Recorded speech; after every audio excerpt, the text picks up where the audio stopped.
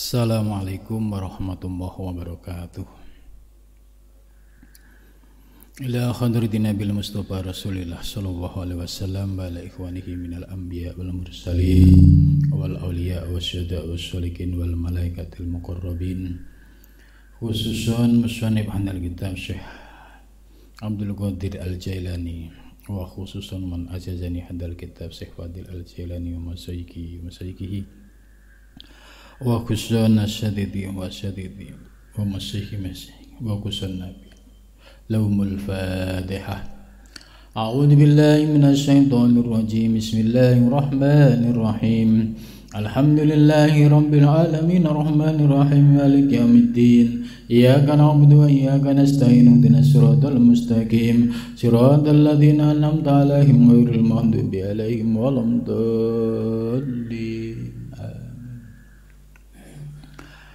Bismillahirrahmanirrahim. Alhamdulillahilladzi 'allamani bi ulumil ulama'il muwahhidin wal muhaqqiqin wa arsadani ila thariqim mustaqim. Wassalatu wassalamu ala sayyidil wujud wal arwah nabiyyina Muhammadin sallallahu alaihi wasallam alladzi jaa bisyari'ah wa thariqah wal haqiqah wal ma'rifah wa ala alihi wa sahbihi ajmain, amma ba'du. Rabbi shrah li sadri wa yassir li amri wahlul 'uqdatam min lisani yafqahu qawli. Amin. Subhanaka la ilma lana illa ma 'allamtana innaka antal alimul hakim. La haula wa la quwata illa billahil aliyyil azim. Malam ini kita akan melanjutkan kajian tafsir Al-Jailani, yaitu tafsir sufistik karya dari Syekh Abdul Qadir Al-Jailani. Sudah memasuki surat At-Taubah ayat 40 sampai 41. A'udzu billahi minasy syaithanir rajim. Bismillahirrahmanirrahim. Illa tansuruhu faqad nasarahu wa id akhrajahu alladhina kafaru san yasnaini idhuma fil ghar id yaqulu li sahibihi la tahzan innallaha ma'ana فأنزل الله سكينته عليه وأيده بجنود لم تروها وجعل كلمة الذين كفروا سفلا ولكلمة الله العليا والله عزيز حكيم.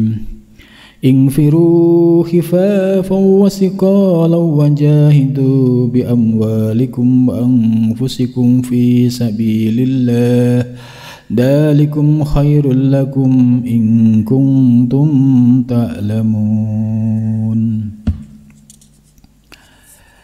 Ayat ini masih terkait dengan ayat sebelumnya, yaitu tentang anjuran supaya berjuang atau bergegas berjuang di jalan Allah.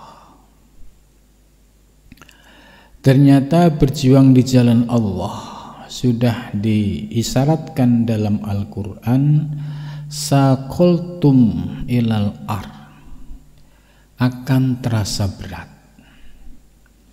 Hal ini terbukti daripada zaman Nabi Sallallahu Alaihi Wasallam, itu juga terjadi munculnya orang-orang yang merasakan berat untuk berjuang di jalan Allah.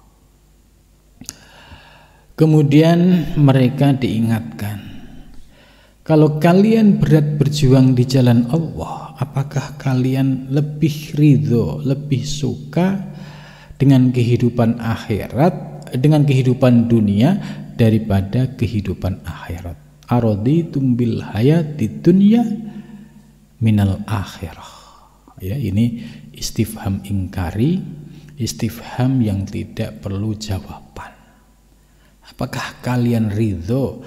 Apakah kalian cukup puas dengan kehidupan dunia dibandingkan dengan kehidupan akhirat.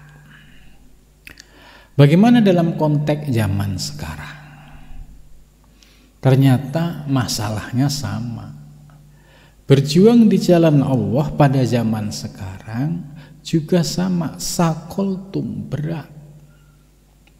Kenapa berjuang di jalan Allah itu berat? Ya, sebab yang memberatkan diri kita itu karena masih adanya hawa nafsu. Umatnya Nabi pada saat itu juga sama, yang masih terbelenggu dengan hawa nafsu, yang masih hatinya dipenuhi dengan kecintaan duniawi, mereka juga berat untuk berjuang di jalan Allah.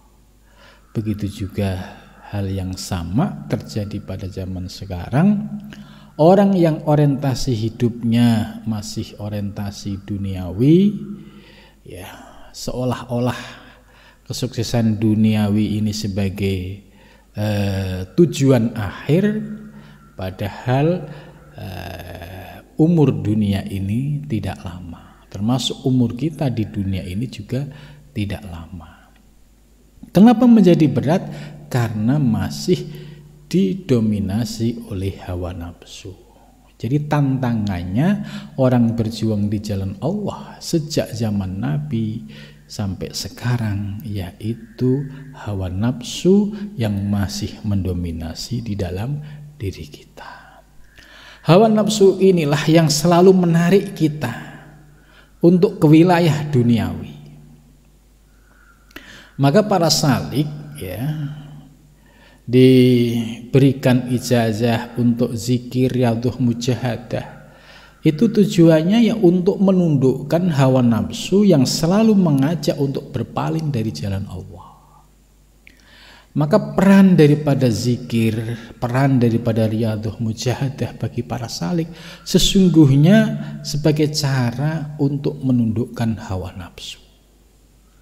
Jika istiqomah dalam zikir, istiqomah dalam riyadhah mujahadah, insya Allah dominasi hawa nafsu itu ya semakin hari ya semakin terkendali, bahkan akhirnya kita bisa mencapai pada zero, ya zero dari segala dominasi hawa nafsu. Nah, maka di Al-Quran qad aflaha man zakkaha wa qad khaba man dassaha. Sungguh telah beruntung orang-orang yang mau menyucikan jiwanya dari dominasi hawa nafsu. Wa qad khaba man dassaha, sungguh sangat merugi dan menyesal orang-orang yang mengotori dirinya dengan mengikuti hawa nafsunya. Jadi jelas tantangan kita dalam berjuang di jalan Allah yaitu hawa nafsu.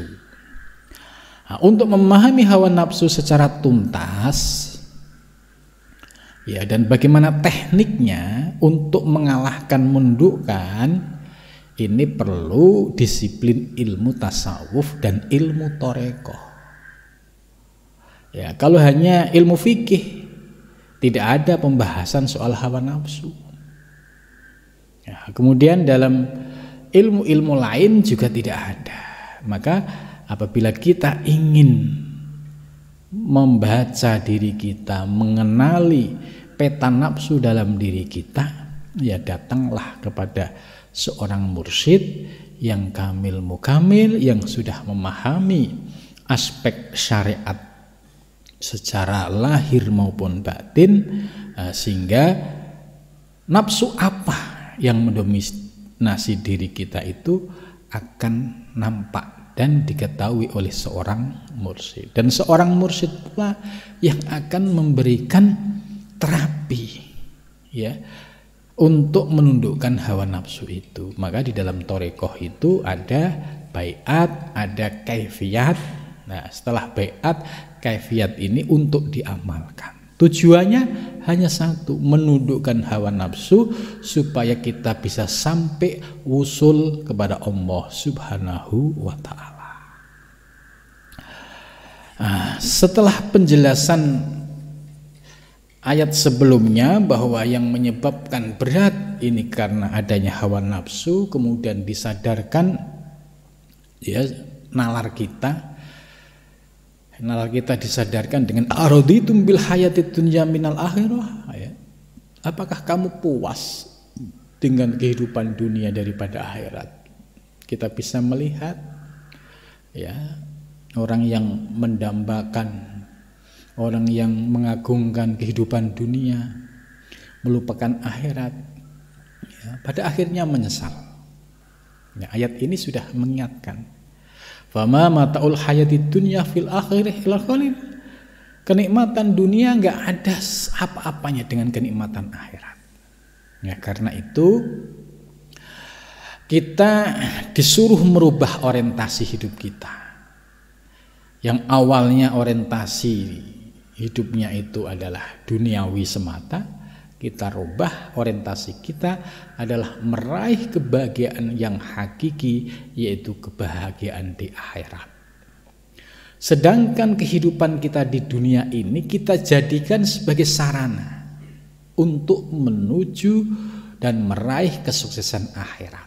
Jadi kalau kita bisa merubah orientasi hidup kita yang dari duniawi menjadi akhirat, kita tidak akan meninggalkan dunia dan juga kita bisa meraih kehidupan akhirat.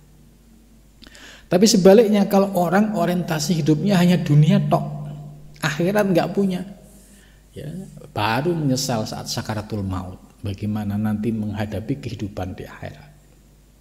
Itu maka bersyukur kita kalau hati kita sudah terbuka, muncul mahabbah untuk mencintai kehidupan akhirat yang lebih kekal.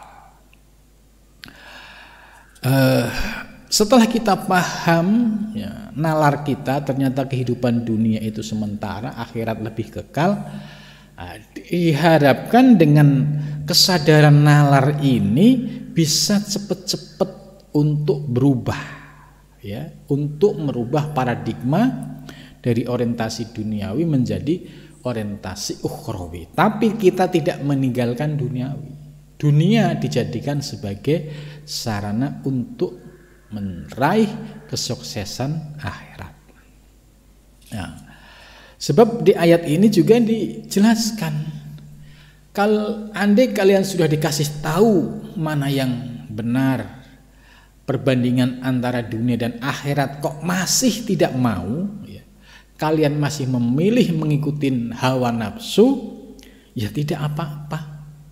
Bahkan sekalipun dirimu nggak menyembah Allah pun tidak apa-apa. La tadurruhu syai'an, tidak ada sesuatu sedikit pun yang bisa membahayakan Allah. Sekalipun ya seluruh penduduk itu tidak menyembah Allah.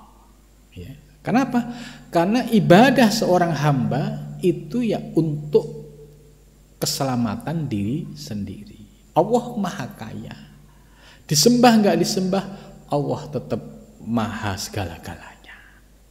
Maka wala tadurru syai'an ini seharusnya dibuat titik kesadaran bahwa apapun yang kita lakukan itu, baik berupa ketaatan maupun berupa kemaksiatan, itu sesungguhnya tidak ngefek kepada Allah. Apalagi ya, sampai ada orang ngancem-ngancem, kalau doaku tidak dikabulkan sama Allah, aku tidak akan menyembahmu lagi ya Allah. Yang butuh siapa, ya kan? Yang ngasih nyawa siapa? Yang ngasih hidup siapa? Nah, ini karena ilmunya kurang sehingga muncul su'ul adab, ya. Ini. Ayat berikutnya ini menguatkan tentang orang-orang yang sudah berhasil berjuang di jalan Allah. Ya, jadi ayat berikutnya ini mendokumentasikan peristiwa yang dialami oleh Rasulullah SAW bersama sahabatnya, yaitu Sayyidina Abu Bakar As-Siddiq. Ya, beliau menghadapi cacian, makian, bahkan intimidasi, bahkan ancaman pembunuhan oleh orang-orang kafir Quraisy. Sayyidina Abu Bakar bersama Rasulullah senantiasa bersama-sama ya, dalam keadaan yang sangat mencekam pada saat akhir dari sebelum perjalanan hijrah itu. Nah, peristiwa ini sebagai bukti penguat bahwa orang-orang yang berjuang bersama Nabi itu pasti diberikan pertolongan oleh Allah Subhanahu wa taala.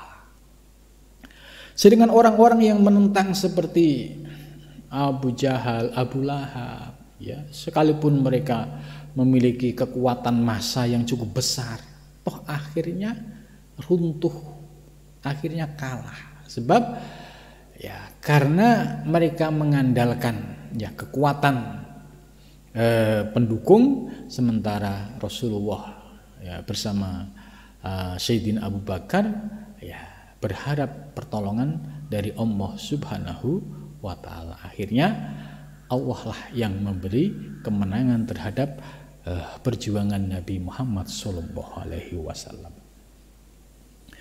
Illa tangsuruhu, kecuali kamu telah menolongnya. Faqad nasarahu, maka sungguh telah menolong kepadanya siapa Allahu Allah.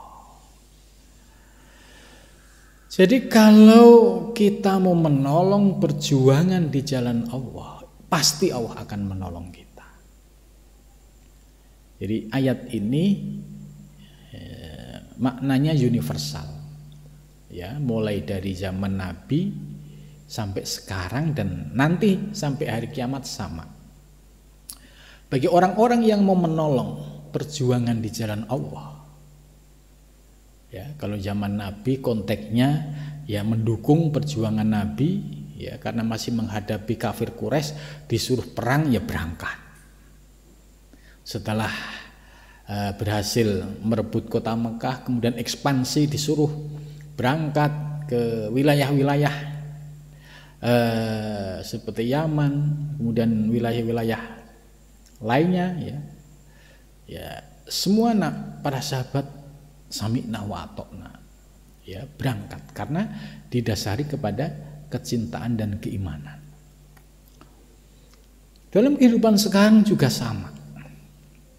Ya, perjuangan zaman sekarang seperti di Indonesia, ya, negara sudah dalam keadaan aman, tentram, ya, dan semua ada aturan main yang sudah disepakati bersama.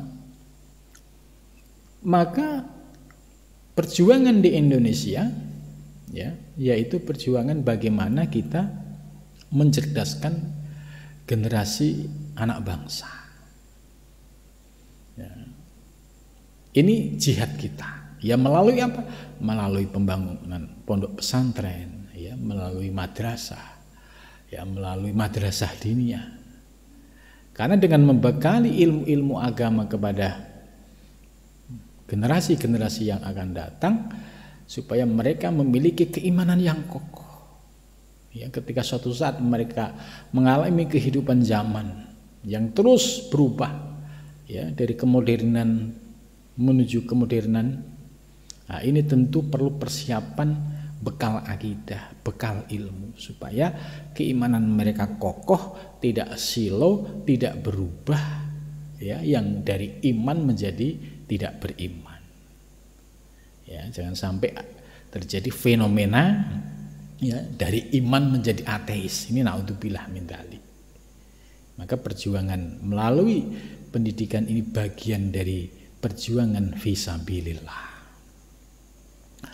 Nah, perjuangan di jalan Allah, ya, seperti membangun pesantren dan lain sebagainya, ini harus kita yakini. Kalau kita memang orientasi membangun pesantren untuk li'ila'i kalimatillah, pasti Allah akan memberikan pertolongan dengan caranya. Ya, Allah memiliki banyak cara. Bukan berarti terus kita pasif, ya, mengikuti Jabariyah. Ya, kalau memang Allah nanti membantu pembangunan, ya pasti nanti pasir datang sendiri, material datang sendiri. Nah, Pemahaman dan keyakinan seperti ini tidak benar. Harus melakukan usaha dan ikhtiar.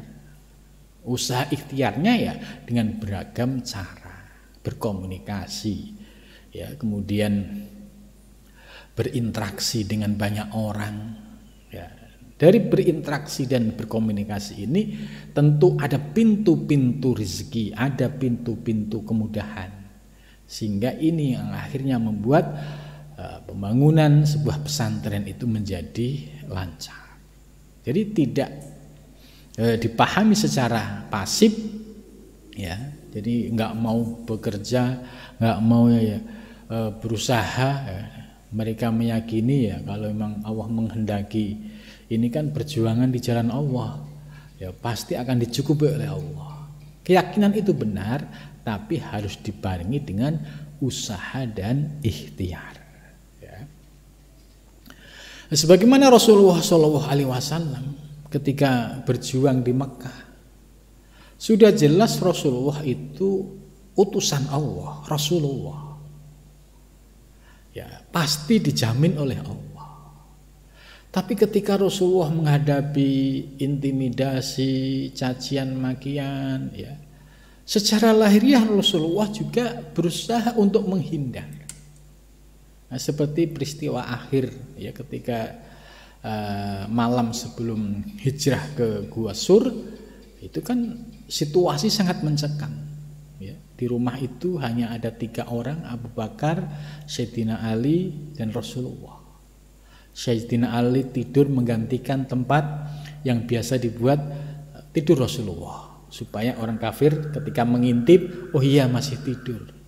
Ternyata Rasulullah bersama Sayyidina Abu Bakar keluar dari jendela, terus menyusuri jalan kecil sampailah ke Gua Sur. Nah, ini artinya Rasulullah ya sebagai seorang hamba menunjukkan sifat aktifnya, menunjukkan usaha ikhtiarnya. Tidak jabariyah. Coba kalau jabariyah istilahnya sombong dengan kedudukannya. Saya kan Rasul. Ya pasti nanti Allah yang akan menurunkan pertolongan. Nah, istilahnya tanpa harus repot-repot gitu. Allah menghendaki mereka langsung mati juga bisa. Tapi kan Rasulullah tidak. Rasulullah tetap menghadapi masalah ini dengan natural, dengan alamiah. Kalau memang harus menghindar, ya menghindar. Sampai akhirnya di Gua Hira. Nah, di Gua Hira inilah peristiwa ini yang diabadikan dalam ayat ini.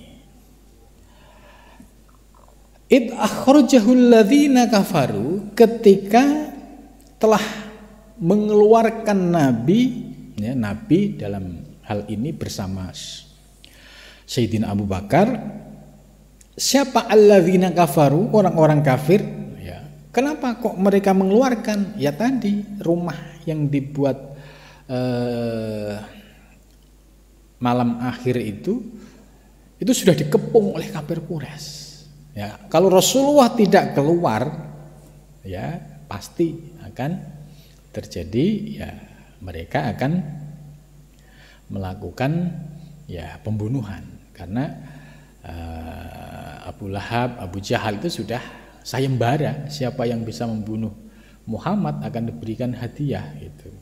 Tapi Rasulullah ikhtiar, ya keluar melalui jendela, kemudian berjalan menyusuri gelapnya malam, ya mengikuti Sayyidina Abu Bakar sampailah di Gua Sur itu.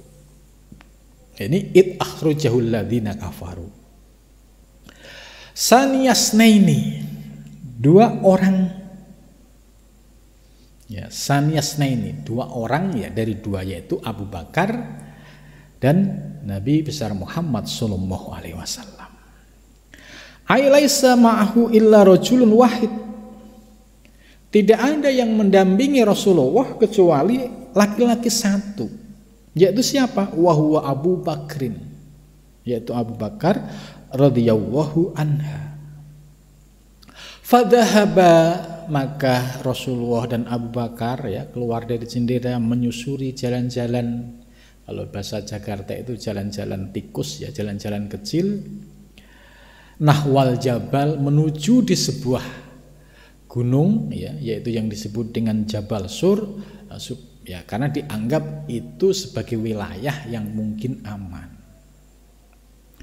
Fadakhala, maka akhirnya keduanya Rasulullah dan Abu Bakar masuk al-ghar, ke gua. Waqtafa al-adu asarhuma.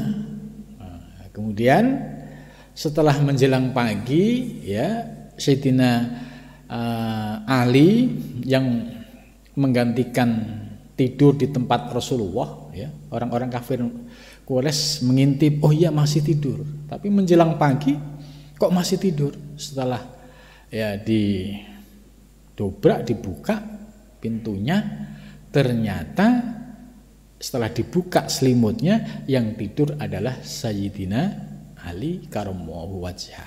Kemudian mereka panik bingung, terus mengikuti jejak-jejak langkah-langkah Nabi Muhammad dan Abu Bakar, diikutin karena ya beliau berjalannya di atas pasir kan, kelihatan itu jejak-jejaknya itu diikutin. Sampai ini waqtafa al-adu asarhuma, mengikuti jejak-jejak tersebut, wawasalu al-ghar, sampai akhirnya diikutin terus jejak-jejak langkah Nabi, telapak kaki Nabi dan Abu Bakar ini menunjuk ke sebuah gua yang dikenal dengan Gua Sur. Ya, pada saat di Gua Sur itu sudah di depan gua, barulah Allah menurunkan pertolongannya. Ya, tiba-tiba ada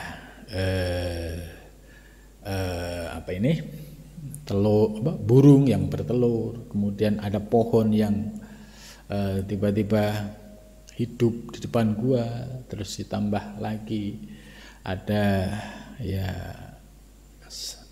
penutup pintu, yaitu ya berupa serangga itu. Nah, inilah akhirnya membuat akal pikiran mereka yang mengikuti jejak Nabi tadi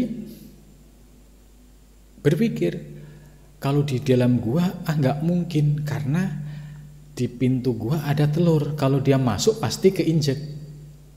Terus juga ada sarang laba-laba ya. Kalau masuk pasti ini akan terbuka. Ya, ini salah satu cara Allah menolong, menyelamatkan Nabi besar Muhammad SAW dan Abu Bakar.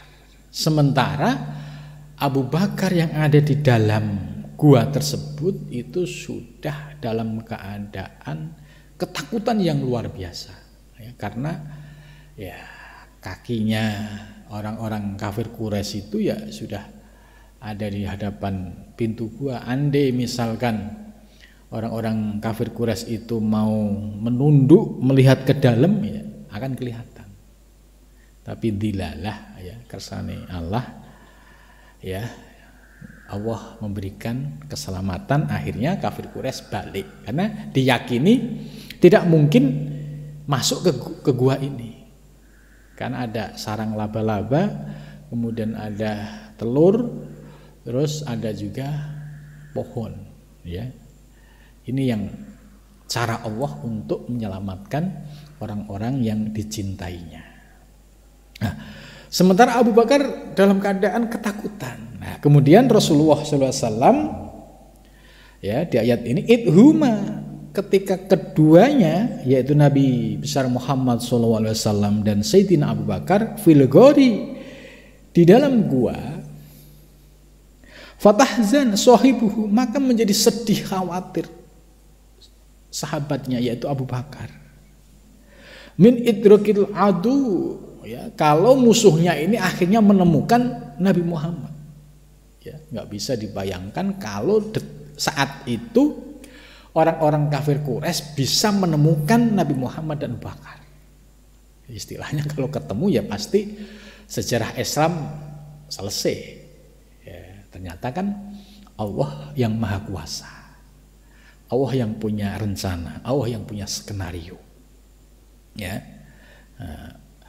Udkuru ingatlah, id yakulu ketika Rasulullah bersabda, id yakulu ketika berkata siapa Rasulullah SAW, fitil kalhalah dalam keadaan yang demikian mencekam tadi, lisohibihi kepada temannya yaitu Abu Bakar, la tahzan, hei Abu Bakar jangan kamu sedih, ya, an idrokihim, ya, jangan kamu khawatir, jangan kamu sedih, ya, punya pikiran negatif kalau mereka bisa menemukan kita, ya, itu dihilangkan, nggak usah sedih, tidak usah takut, ya. Walai ta'asu, dan jangan berputus asa an-nasrillah, dari pertolongan Allah. Itu. Nabi Muhammad mengingatkan, hei Abu Bakar jangan putus asa dari pertolongan Allah, wa hifdihi, dan perlindungannya. Innallaha, ya Rasulullah menyampaikan, la tahzan innallaha, sesungguhnya Allah ma'ana, beserta kita. Ayyakfina mu'annatan dororihim, Allah yang mencukupi kita, memberikan keselamatan kepada Nabi Muhammad dan Abu Bakar dari bahaya yang mengancamnya. Nah, ini sebagai bukti bahwa orang-orang yang berjuang di jalan Allah, ya, itu bukan berarti dikasih enak-enakan, itu tidak, kemudahan yang tanpa perjuangan itu tidak, ya. Ya, Rasulullah SAW sudah dijelaskan dalam ayat ini bagaimana kondisi inilah kondisi yang sangat mencekam, ya, tapi karena keimanan, karena keyakinan, masih yakin bahwa Allah pasti memberikan pertolongan, akhirnya diberikan keselamatan oleh Allah Subhanahu wa taala. Nah, semangat ini, ya, harus bisa menjadi inspirasi bagi kita, generasi yang hidup pada zaman sekarang. Tantangan dakwah pasti ada dan berat. Tantangan membangun pesantren juga ada dan berat. Tapi dengan keyakinan dan kesungguhan serta keistiqomahan, maka tahapan-tahapan ini dapat dilalui dengan baik. Jadi jangan sampai menyerah, putus asa, ya. Misalkan punya keinginan kemudian tidak dikabulkan oleh Allah, putus asa. Gimana sih? Allah, wong saya maunya kan mintanya ini kan untuk agamamu, tapi Allah kok nggak menghendaki misalkan. Nah, ini karena sikap dalam berdoanya tidak tepat. Ini kan doa yang memaksa Allah. Ya, sekalipun itu untuk kepentingan agama, tapi Allah kan lebih tahu apakah itu manfaat atau tidak. Ya, maka sikap kita, ya, ketika berdoa dan berikhtiar, berdoalah, ya, sebagai mukhul ibadah, intisari daripada ibadah. Doa yang berpasrah diri kepada Allah, bukan doa yang demo, bukan doa yang memaksa. Ya, kan ada doa yang memaksa, doa yang demo kan ada. Nah, kita bagi ahli thariqah, ahli tasawuf, doanya adalah didasari dengan kepasrahan. Kepasrahan kepada Allah. Jika Allah menganggap itu baik, ya mudah-mudahan dikabulkan. Jika tidak, ya kita tetap harus sabar. Ya, bukan berarti tanpa ada kondisi susah dan payah. Ya, jangan sampai kita punya pikiran, ya, kalau di jalan Allah itu pasti dijamin oleh Allah tanpa ada godaan, goncangan itu. Ya, kalau kondisinya nyaman, aman-aman, ya pasti banyak yang mau. Tapi faktanya kan tidak. Pasti ada dinamika, pasti ada goncangan, pasti ada ujian gitu. Nah, disinilah kita akan diuji kesungguhan kita. Jadi innallaha ma'ana ini sebagai penguat. Hei Abu Bakar, enggak usah takut. Allah beserta kita.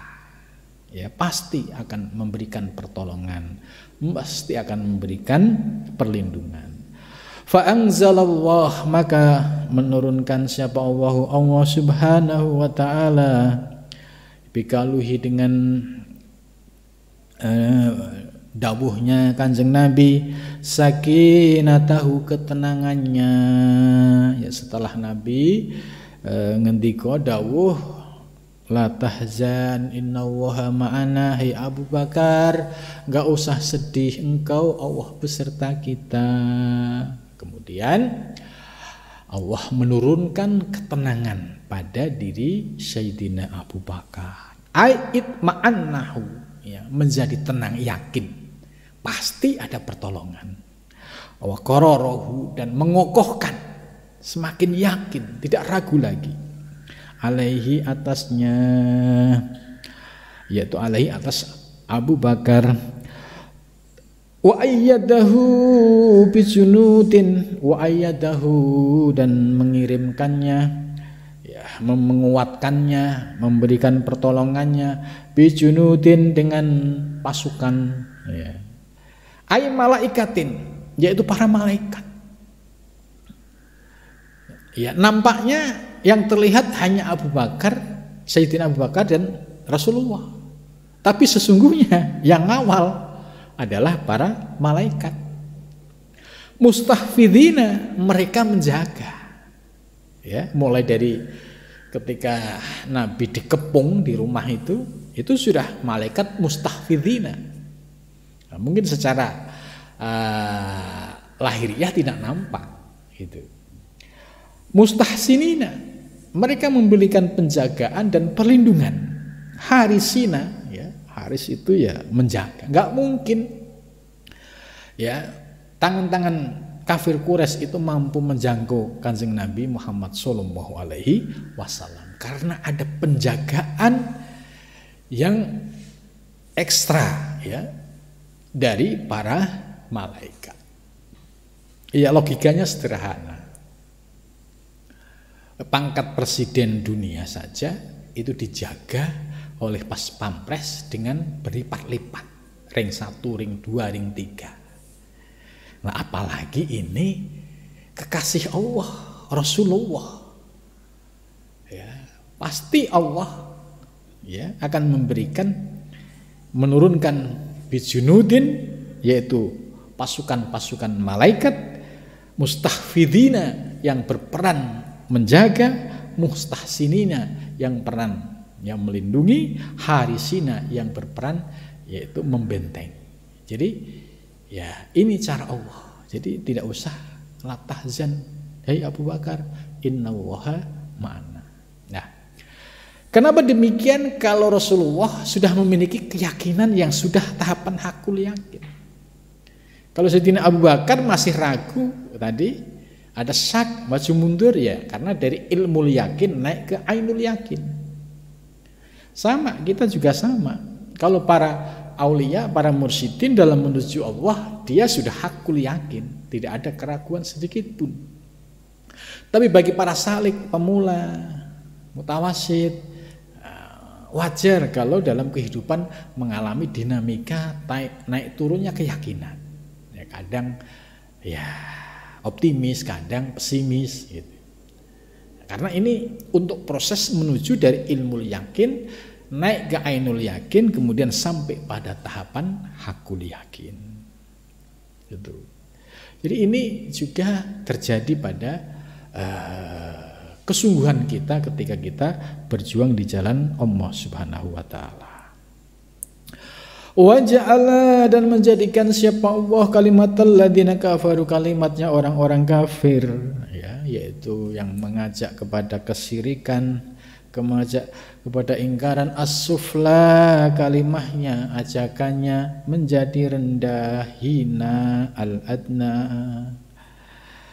Wa kalimatullah, sebaliknya kalimat Allah, yaitu ajakan kepada agama Islam, ajakan kepada kalimat tauhid, ya, yang didakwahkan oleh Nabi, Hiyal ulya, yaitu memiliki keagungan, ketinggian.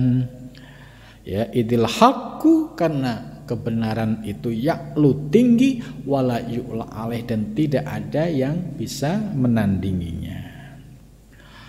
Wallahu, dan bermula Allah, azizun, maha perkasa, ay ghalibun fi nasri auliyaihi, yaitu akan nyata menolong kekasih-kekasihnya, ala a'daihi, atas orang-orang yang memusuhinya. Jadi yakinlah kalau kita sudah melangkah di jalan Allah, pasti pertolongan itu ada dan nyata, dan Allah pasti memberikan perlindungan kepada kita. Karena itu ayat berikutnya menegaskan ingfiru. Nah, jadi setelah kita memahami ya kisah perjalanan Nabi ya yang demikian heroik tadi, ya pasti itu sangat heroik ya, bagaimana ketika Nabi dikepung oleh pemuda-pemuda kafir Quraisy, targetnya adalah dibunuh gitu. Kemudian sampai akhirnya bisa keluar, terus masih dikejar juga sampai gua Sur ya, sampai terus dilanjutkan hijrah ke Madinah. Ini adalah peristiwa-peristiwa heroik yang membutuhkan nyali yang kuat. Maka kalau Rasulullah SAW tidak memiliki keyakinan dan kekokohan keimanan, ya itu tentu ya akan down semangatnya. Tapi kan Rasulullah SAW sudah teruji keimanannya kepada Allah, keyakinannya kepada Allah sudah pada tahap hakul yakin, sudah tidak bisa digoyah sedikit pun. Sementara para sahabat-sahabat ini masih berproses ya, dari ilmu yakin, meyakini kebenaran ajaran Islam, meyakini kebenaran Nabi Muhammad sebagai Rasul, meyakini Allah sebagai Tuhan. Nah, ketika diuji dengan bentuk yang nyata berupa Abu Jahal, Abu Lahab dan para pengikutnya, nah ini benar-benar uji nyali keimanan itu. Nah, maka dari itu ya sesungguhnya perjuangan kita pada zaman sekarang ini itu tidak ada apa-apanya dengan perjuangan Nabi ketika dakwah di kota Mekah. Jadi ini yang harus kita pahami supaya semangat kita bisa tumbuh. Dakwah Islam harus tetap berjalan. Generasi-generasi Islam harus dibekali dengan keilmuan tauhid yang kokoh. Ya, supaya mereka dalam menghadapi kehidupan yang akan datang memiliki keimanan, keyakinan yang tidak bisa digoyahkan sedikit pun. Ya. Setelah kita paham bagaimana heroiknya Rasulullah SAW dalam menghadapi tekanan dari orang-orang kafir Quraisy, tapi toh akhirnya ya happy ending ya, diberikan pertolongan oleh Allah dan akhirnya bisa menang ya, dari periode Madinah, Mekah, periode Madinah, kemudian Rasulullah menyusun kekuatan di Madinah, terus terjadi perang berkali-kali sampai akhirnya perang Badar ya, umat Islam diberikan kemenangan. Nah, ini bukti bahwa ketika kita berdakwah mengajarkan sebuah kebenaran, jangan pernah ragu sedikit pun. Ingfiru, nah ingfiru ini pesan untuk umat Nabi Muhammad yang hidup pada zaman sekarang. Ingfiru ya, karena kita hidup pada zaman saat ini. Ingfiru, bergegaslah ayyuhal ghuzzah wal mujahidun, wahai para pejuang-pejuang Islam, wahai para pejuang-pejuang di jalan Allah. Jadi ingfiru ini ya dalam konteks Indonesia perjuangannya real, yaitu dalam pendidikan, ya pondok pesantren, madrasah diniyah, juga perjuangan dalam aspek ekonomi, ya. Tapi semua bermuara pada fisabilillah. Ya. Jangan dipahami secara tidak pas. Contoh infiru ini dipahami, ayo bergegas untuk apa? Berjuang di jalan Allah. Dengan cara apa? Dengan cara meledakkan diri melalui bom. Nah, ini penafsiran yang tidak tepat. Karena negara kita ini negara aman. Bukan darul harb, tidak perang, negara perang. Gitu. Nah, kalau dipaksakan, ya berarti ini sudah keluar dari makna ayat. Ya. Ingfiru, bergegaslah hai para pejuang di jalan Allah, khifafan, dengan cara bahasa pesantren rikatan, cepet-cepet, agi-agi, atau dengan cara terengginas, dengan cara yang aktif, gitu. Khifafan, nasyatan, farhanan, ya, mumbasitina limartabati syahadah, wasikolan, jadi dalam keadaan enteng, ringan, wasikolan, dan berat.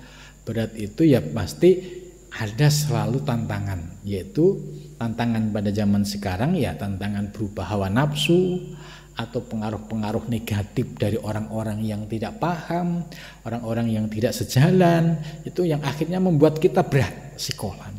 Nah, maka kita dianjurkan bergegaslah untuk menuju Allah, baik dalam kondisi nyaman, enteng, atau dalam kondisi berat.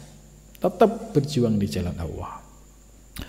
Wajahidu, dan berjuanglah bi amwalikum, dengan hartamu. Nah, ini konkretnya setelah kita memahami peta dakwah perjuangan Nabi yang sangat heroik tadi, ya, kita dibangkitkan ingfiru, ayo cepat-cepat bergegaslah. Terus langkah konkretnya apa? Wajah itu, dan berjihadlah, berjuanglah bi amwalikum, dengan hartamu. Kalau memang kita memiliki harta, jangan sampai harta ditumpuk-tumpuk, ya, investasi ditumpuk-tumpuk, tapi orientasinya hanya untuk duniawi semata. Pada saat dia meninggal, bekal akhirat tidak punya. Nah, wajah itu bi amwalikum ini supaya kita berjihad dengan harta yang digunakan untuk mendukung dakwah perjuangan di jalan Allah. Ini harta yang memiliki nilai investasi akhirat. Kalau harta yang digunakan untuk poya-poya, ya, untuk bangga-banggaan, nggak ada manfaatnya. Harta yang digunakan hanya untuk investasi dunia, setelah dia mati jadi rebutan. Nah, ini amwal yang tidak memiliki efek kepada akhirat. Tapi kalau harta yang memiliki efek ke akhirat, hartanya niscaya dibelanjakan di jalan Allah. Ya, ada perimbangan untuk kehidupan duniawi, ya ada, untuk keluarga ya ada, tapi dia tidak melupakan untuk akhiratnya, sehingga ada keseimbangan. Jangan sampai salah itu semua gajinya untuk jihad di jalan Allah, terus keluarganya nggak dinafkahi. Nah, ini salah juga, karena pernah zaman Nabi ada yang bertanya bagaimana keutamaan nafkah keluarga dengan jihad di jalan Allah. Nabi menjawab, ya, menafkahi keluarga walaupun dengan 1 rial, walaupun dengan 1 dirham, itu lebih utama daripada 1000 dinar untuk di jalan Allah. Nah, ini yang kadang orang salah pemahaman, salah doktrin, kemudian mengabaikan keluarga, kemudian menjadikan harta bendanya untuk seolah-olah untuk akhirat. Padahal ini korban doktrin. Nah, ini yang harus diwaspadai. Ya. Jadi wa anfusikum, dan dirimu. Kalau kita harta nggak punya tenaga ya tenaga, punyanya pemikiran ya pemikiran. Bitahamulil masyak wal mata'ib, dengan menanggung beban berat dan kesulitan-kesulitan, ya, fisabilillah, di jalan Allah. Jadi fisabilillah ini sebagai kunci, ya, bahwa apapun yang kita lakukan kalau endingnya di jalan Allah itu pasti memiliki dampak di akhirat. Tapi kalau kita orientasinya duniawi, ya hanya sebatas dunia. Nah, kenapa harus fisabilillah? Litafuzu min indihi, supaya kita menjadi orang yang menang, orang yang sukses di sisi Allah. Bil masubatil utma, dengan memperoleh pahala yang agung, wa darjatal ula, dan mendapatkan derajat yang tinggi. La darjata a'la minha, tidak ada derajat yang paling tinggi di sisi Allah kecuali orang-orang yang berjihad di jalan Allah. Dzalikum, demikian itu, khairun, lebih baik, lakum, bagimu, ya. Jadi orientasi ke akhirat, orientasi fisabilillah, inilah jalan yang terbaik. Khairul lakum in kuntum ta'lamun, jika kalian mengetahui, ya. Ya, sebab sekali lagi, ya, untuk menyadarkan, ya, orang yang lagi cinta dunia, ya nggak gampang. Misalkan ada orang diberikan harta melimpah, terus disuruh, diajak untuk infak sedekah untuk masjid. Ini kalau masih dikuasai oleh hawa nafsu dan hatinya masih tertutup, berat, karena dianggap nggak ada manfaatnya. Lebih baik dia mengeluarkan ratusan juta hanya untuk poya-poya. Nah, ini bagi orang-orang yang tertutup hatinya tidak akan terbuka. Tapi bagi yang sudah mengerti bahwa, ya, tetesan keringat, begitu juga uang serupiah pun kalau dibelanjakan di jalan Allah pasti akan memberikan efek untuk akhirat kita. Mudah-mudahan kita diberikan keimanan dan keyakinan untuk senantiasa menjadi pejalan yang istiqomah berjuang di jalan Allah Subhanahu wa taala. Mudah-mudahan pengajian ini, ya, dapat memberikan pencerahan, dapat memberikan penguatan, ya, keimanan kita, ya, sehingga bisa memotivasi kita untuk istiqomah di jalan Allah. Mudah-mudahan bermanfaat. Wa nafiq. Assalamualaikum warahmatullahi wabarakatuh.